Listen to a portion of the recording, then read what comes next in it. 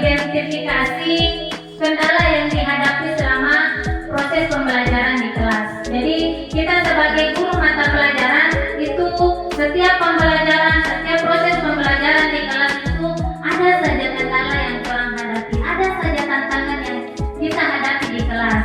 Baik itu dari segi mata pelajaran, baik itu dari segi siswanya, ataupun dari tingkat kesulitan materinya. Kemudian tujuan kita yang kedua menganalisis penyebab terjadinya kendala yang dihadapi dalam proses pembelajaran di kelas. Setiap kendala pasti ada penyebabnya.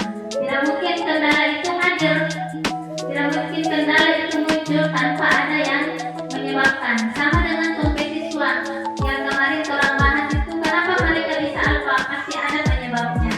Mungkin ada yang bajunya kotor, mungkin yang ada yang tidak punya seragam. Jadi kita menganalisis, mengidentifikasi penyebab terjadinya kendala-kendala yang orang hadapi di dalam proses pembelajaran. Nah, setelah menganalisis penyebab, kita sama-sama saling berdiskusi untuk pemecahan masalah yang dihadapi, pemecahan masalah atau solusi yang dihadapi selama proses pembelajaran. Jadi yang sebentar kita diskusikan ini adalah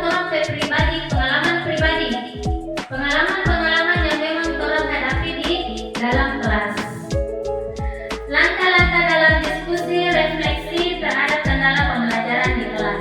Jadi langkah-langkahnya, yang pertama dikasih masalah, analisis penyebab, berbagi pengalaman, kemudian diskusi kelompok. Jadi ini tadi langkah-langkahnya sama ya, mengidentifikasi masalah, menganalisis penyebabnya, kemudian mendiskusikan pengalaman masing-masing. Orang berbagi dalam satu kelompok, orang berbagi pengalaman.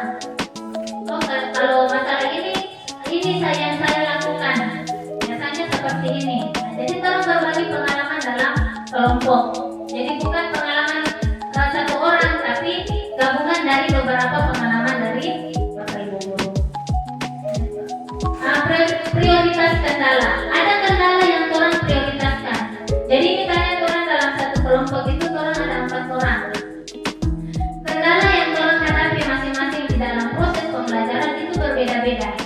Tapi orang ambil satu kendala yang prioritas, yang memang hampir semua Bapak Ibu guru hadapi di dalam kelas. Jadi ada macam-macam kendala. Misalnya siswa yang mengantuk di kelas. Ada yang alfa banyak tugas cara masuk-masuk. Ini kendala juga. Kemudian ada yang bermain di dalam kelas. Kemudian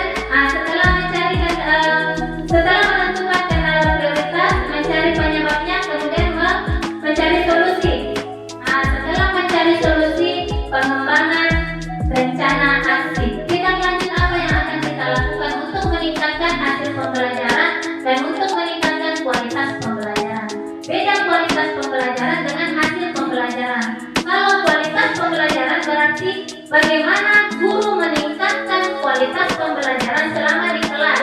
Tapi ketika meningkatkan hasil pembelajaran berarti outputnya ke siswa.